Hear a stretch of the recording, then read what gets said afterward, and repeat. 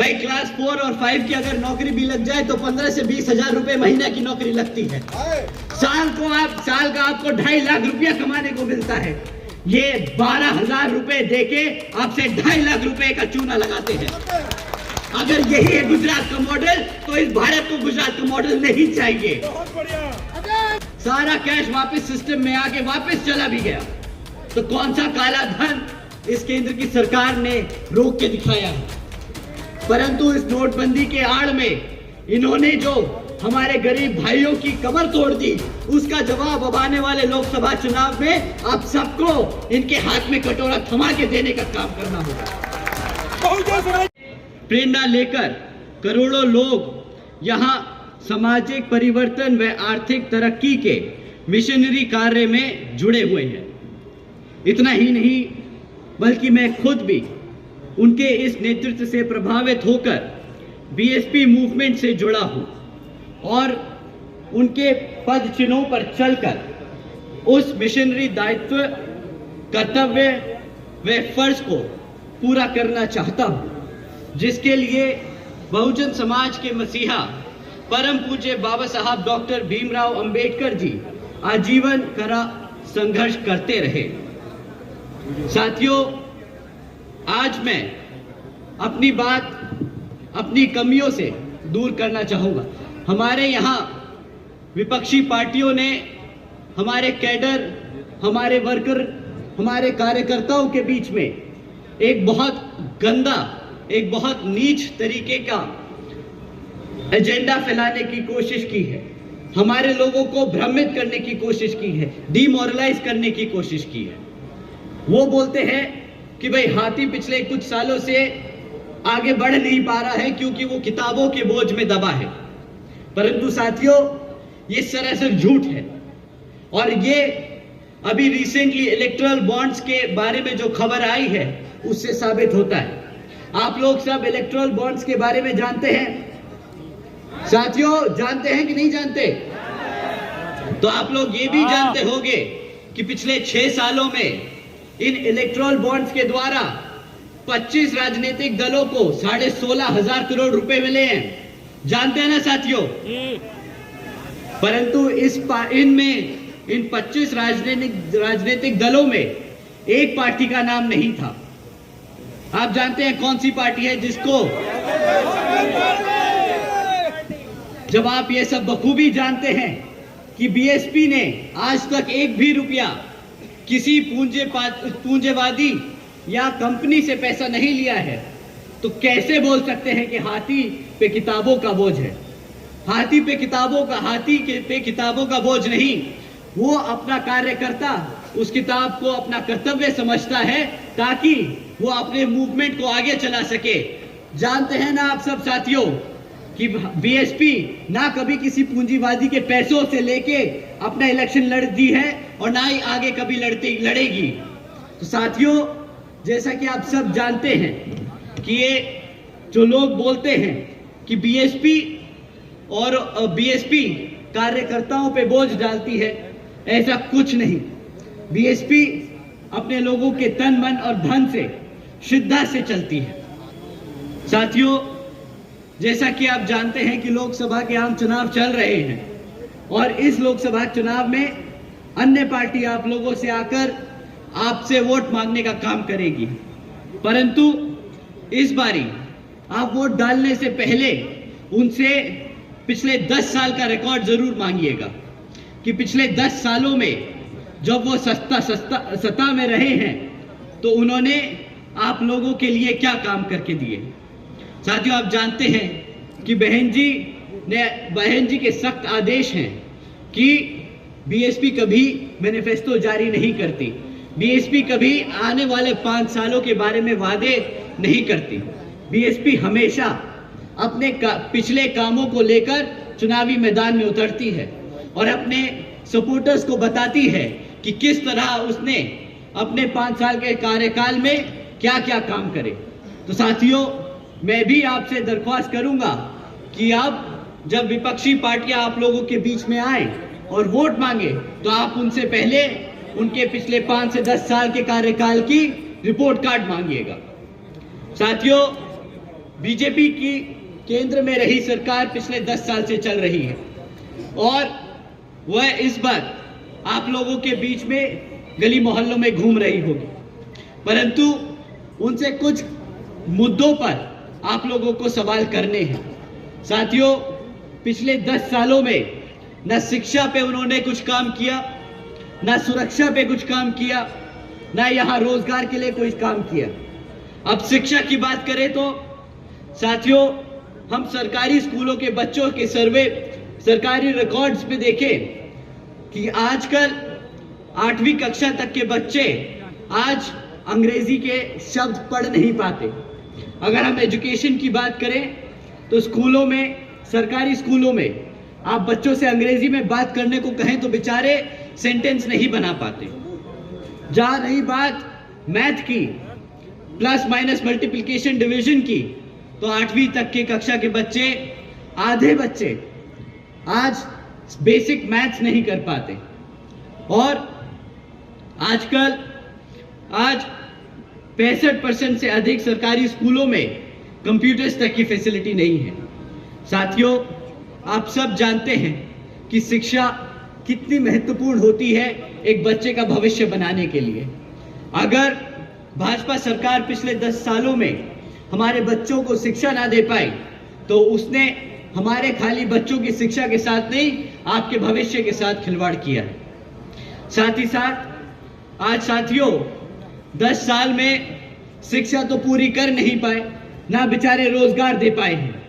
आज 3 में से 1 ग्रेजुएट युवा साथी बेरोजगार घूम रहा है। सरकारी नौकरियों के नाम पर सिर्फ पेपर लीक करने की खबरें आती हैं, जहां पर अगर कोई नौकरी निकल भी जाए, तो साथियों 1,000 नौकरियां निकलती हैं, वहां पे 90 हजार लोग अप्लाई करते हैं। एक क्लास 5 की नौकरी के लिए यहां पर PhD स्कॉलर्स, इंजीनियर्स और ग्रेजुएट्स अप्लाई कर रहे हैं। साथियों, ना यहाँ पे शिक्षा का प्रबंध हुआ, ना यहाँ नौकरियां दे पाए। अब आप ये देखिए कि किस तरह वो दीमक की तरह हमारे सिस्टम को तोड़ने की कोशिश कर रहे हैं। जब आपके बच्चे पढ़ेंगे नहीं तो वो कैसे अपने पैरों पर खड़े हो पाएंगे? जब उनके पास नौकरी नहीं होगी तो कैसे वो घर में आप लोगों के पास वापस मुड़कर आप लोगों की मदद कर पाएंगे? ना नौकरी होगी, ना रिजर्वेशन होगा। साथियों, भाजपा का हमेशा से वादा रहा था कि भाई हम हर साल 2 करोड़ नौकरियां देंगे। अब 2024 में ना नौकरी की बात होती है, ना तरक्की की बात होती है, ना रोजगार की बात होती है, ना सुरक्षा की बात होती है, तो सिर्फ मंदिर, मस्जिद और धर्म की। ना धर्म ने कभी किसी का पेट भरा है, ना कभी भर पाएगा।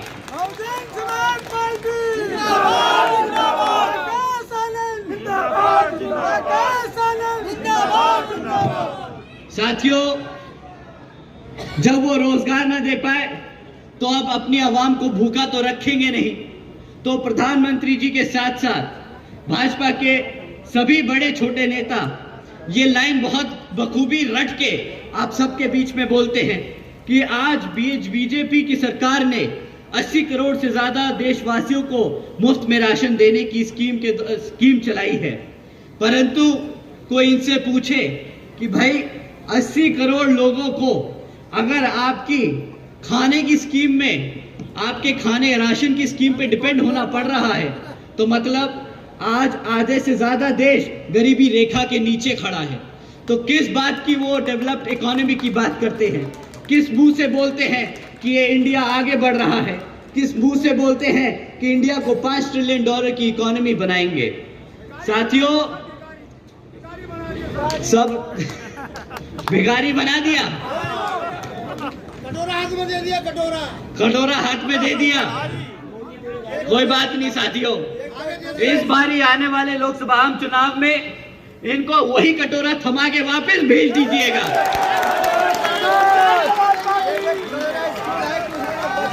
साथियों, इन्होंने आप लोगों को मुफ्त में राशन देने की स्कीम चलाई। आप जानते हैं कि इस मुफ्त राशन की लागत क्या पड़ रही है आप सब पे? 7 रुपए ये सरकारी का पैसा मुफ्त राशन बांटने में लगा रहे हैं। साथियों, और मुफ्त का राशन मिलता ही 500 रुपया, 1000 रुपया महीना, आप लोगों को साल में 6000 रुपए का राशन देते हैं, ज्यादा ज्यादा 12,000 रुपए का राशन दे लेंगे, परंतु आपसे छीनते क्या है भाई? क्लास 4 और 5 की अगर नौकरी भी लग जाए तो 15 से 20,000 रुपए महीना की नौकरी लगती है। साल का आपको 2.5 लाख रुपया कमाने को मिलता है। ये 12,000 रुपए देके आपसे 2.5 लाख रुपए का चूना लगाते हैं। अगर यही है गुजरात का मॉडल, तो इस भारत को गुजरात का मॉडल नहीं चाहिए। बहुत बढ़िया। साथियों, 200 किलो रुपए टमाटर, तभी वो मुफ्त में राशन बांट रहे हैं। साथियों, उन्होंने वादा किया था कि काला धन वापस लेके आएंगे। कौन सा काला धन वापस आया? काले धन के नाम पे उन्होंने कितने ही काम किए हो। नोटबंदी करी, अब आप लोगों के पास, सबके पास डेटा है आरबीआई का कि भाई सारा काला धन तो दूर की बात, सारा कैश वापस आ गया, सारा कैश वापस सिस्टम में आके वापस चला भी गया। तो कौन सा काला धन इस केंद्र की सरकार ने रोक के दिखाया है? परंतु इस नोटबंदी के आड़ में इन्होंने जो हमारे गरीब भाइयों की कमर तोड़ दी, उसका जवाब अब आने वाले लोकसभा चुनाव में आप सबको इनके हाथ में कटोरा थमा के देने का काम करना होगा। Bahujan Samaj party, Bahujan Samaj party, Akash Anand. यही केंद्र की भाजपा सरकार, अब यहाँ पे राज्य की भाजपा सरकार भी कुछ कम नहीं। वह अपने आप को बहुत गर्व महसूस करते हैं जब बोलते हैं कि जी हमारी सरकार को बुलडोजर की सरकार बोला जा रहा है। उनको बोला जाता है बुलडोजर की सरकार क्योंकि उन्होंने गरीब लोगों के घर तोड़ने का काम किया। ये कोई गर्व की बात नहीं, ये कोई गर्व की बात नहीं। अगर यही इन्होंने बुलडोजर चलाए होते गुंडे और माफियाओं के अवैध धंधों पर, तो हम बिल्कुल बेशक उनके साथ खड़े होकर बोलते कि हाँ जी बहुत बहुत अच्छा काम किया है। परंतु जो आपने गरीब लोगों के घर तोड़े ना, मुख्यमंत्री जी को आने वाले विधानसभा आम चुनाव में इसका भी जवाब देना होगा।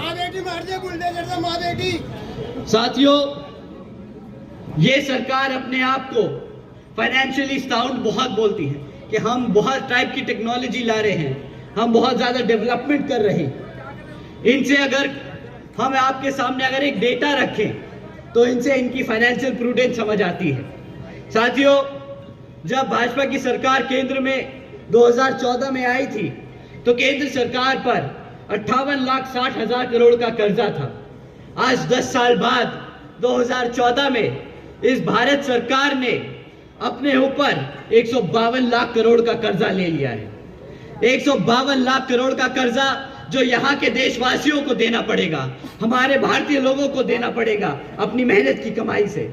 साथियों, ये 152 लाख करोड़ का हिसाब अब इनसे हमें मांगना होगा कि इन्होंने ये 152 लाख करोड़ रुपए खर्चे तो कहाँ खर्चे, क्योंकि ना हमारे युवा साथियों के पास रोजगार है, ना हमारी बहन बेटियों के पास सुरक्षा है, और ना ही हमारे यहाँ पे कोई नए स्कूल्स और कोई हेल्थ केयर के लिए हॉस्पिटल्स बनाए गए। साथियों, यह तो रही भाजपा की सरकार के हाल। अभी आपके बीच में लाल टोपी वाले भी आएंगे, वो भी बोलेंगे कि हम आप लोगों के लिए आपके हकों की लड़ाई लड़ेंगे। पर बहुत ही युवा या साथी यहाँ बोले कि भैया हमने इनको मौका दे के देख लिया। ये जब नए नए आए थे टोपी पहन के साइकिल पे घूमे और बोले कि हम युवा नेता हैं, हम यहाँ पे युवा साथियों का बहुत सहयोग करेंगे, उनके लिए रोजगार देंगे। परंतु वो हमें टोपी, वो खुद टोपी पहन के हमें भी पिछले 5 साल में टोपी ही पहनाते रह गए। साथियों, उन्होंने एक तरफा, जिस समाज ने उनको एक तरफा वोट डाला, पिछले कुछ दिनों ने आप लोगों ने सबने देखा कि किस तरह जब इस समाज पर उत्पीड़न हुआ, जब इस समाज पर तकलीफें आई, तो किस तरह इस समाज के समाजवादी पार्टी के अध्यक्ष चुप्पी साधे बैठे रहे। साथियों, जो आपके हकों के लिए नहीं बोल सकता, जो आपके हकों के लिए नहीं लड़ सकता, वो आपके वोटों का हकदार नहीं।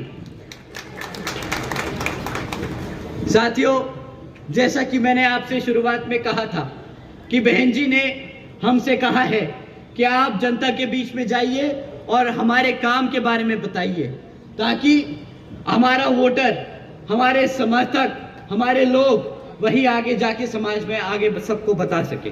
तो साथियों, मैं आपके सामने बहन जी के गवर्नेंस मॉडल के बारे में कुछ बातें बताना चाहूंगा। साथियों, बहन जी के गवर्नेंस मॉडल के तहत बसपा ने अपनी सरकार के चलते हुए महामाया गरीब बालिका आशीर्वाद योजना चलाई थी, जिसके तहत 3,25,000 बच्चियों को 1-1 लाख रुपए देने का बहन जी ने काम किया था। साथियों, देश में पहली बार ऐसा हुआ था कि बच्ची पैदा होते ही लखपति बन गई थी। साथियों, बहन जी ने इस योजना के तहत 3,250 करोड़ रुपए अपनी बच्चियों को देने का काम किया था। बहन जी के गवर्नेंस मॉडल के तहत बसपा की सरकार ने सावित्रीबाई फुले बालिका शिक्षा योजना भी चलाई थी, जिसके तहत 7 लाख से ज्यादा बच्चियों को 12वीं तक की शिक्षा प्राप्त करने हेतु बहन जी ने 600 करोड़ रुपए से ज्यादा इन बच्चियों को पढ़ाने के लिए खर्चे थे। साथियों, बहन जी ने एक तरफ हमारी बच्चियों को मुफ्त में शिक्षा देने का काम किया, ताकि वो अपना पढ़ लिख कर अपने पैरों पर खड़ी हो सके। दूसरी तरफ ये सरकार आपको हर महीना मुफ्त में राशन देती है, ताकि आपके बच्चों का भविष्य इन पर निर्भर हो जाए, आप लोग अपने पैरों पर ना खड़े हो पाए। साथियों, एक अच्छे लीडर में, उनकी पॉलिसीज में पता चलता है कि वो कितना अच्छा लीडर और कितना अच्छा अपने लोगों से जुड़ा है। साथियों, बहन जी के गवर्नेंस मॉडल के तहत बसपा ने सरकारी कॉलेजेस के साथ साथ व्यावसायिक technical institutes, engineering colleges, polytechnic एवं इंडस्ट्रियल ट्रेनिंग इंस्टीट्यूट्स के में अन्य पिछड़े वर्गों के छात्रों के लिए 27% आरक्षण की व्यवस्था तय की थी।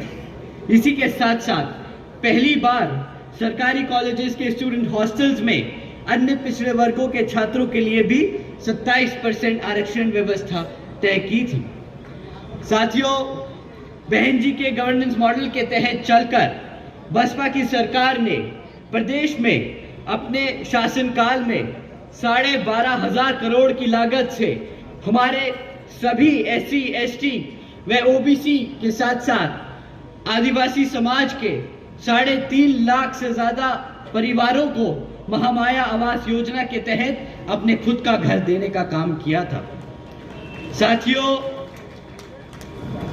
बहन जी के गवर्नेंस मॉडल के तहत चलकर बसपा की सरकार ने सरकारी नौकरियों के साथ साथ देश में पहली बार सरकारी ठेकों में भी आरक्षण की व्यवस्था तय की थी। इसके साथ साथ सरकारी नौकरियों पर भी लगी रोक को हटाकर बहुजन समाज के साथ सर्व समाज में से सभी जरूरतमंद लोगों को सरकारी नौकरियों तो देने का काम किया था। साथियों, बहन जी के गवर्नेंस मॉडल के तहत चलकर बसपा की सरकार के नेतृत्व में कृषि एवं संबंधित कार्यों में मिनिमम वेजेस को 55 रुपए से बढ़ाकर 100 रुपए प्रतिदिन करने का काम किया और अन्य पिछड़े वर्गों के लोगों की क्रीमी लेयर की वार्षिक आय सीमा 3 लाख रुपए से बढ़ाकर 5 लाख रुपए करने का काम किया। साथियों, बहन जी ने अपने शासनकाल में 90,000 से ज्यादा शिक्षकों को सरकारी नौकरी देने का काम किया, 1 लाख से अधिक सफाई कर्मचारियों को नौकरी देने का काम किया, 2 लाख से अधिक नौजवानों को पुलिस फोर्स में भर्ती करने का काम किया और 6 लाख से अधिक अपर कास्ट समाज के कमजोर लोगों को विभिन्न सरकारी पदों पर नौकरी देने का काम किया। साथियों, बहन जी ने हर स्तर पर एक रिकॉर्ड छोड़ के रखा है कि अपने 5 साल के शासनकाल में युवाओं को नौकरी दी, हमारे बच्चों को शिक्षा दी, हमारे बुजुर्गों, हमारे पिछड़े वर्ग के समाज को छत देने का काम किया। साथियों, उन्होंने कभी भी आकर आपसे आने वाले 5 साल के लिए वोट नहीं मांगे। उन्होंने हमेशा से अपने कार्यकर्ताओं को बोला है कि जो हमने मेहनत करी, जो हमने लोगों को लाभ पहुंचाया, उसको जाके अपने समाज में बताओ, ताकि आने वाले 5 साल अगर वो वोट डाले तो वो पता रहे कि वो किसके लिए वोट डाल रहे हैं और उन्हें क्या मिलने वाला है। साथियों, आज मैं आप लोगों का ज्यादा समय ना ज़ाया करते हुए अपनी बात को यही विराम देता हुए यहाँ पर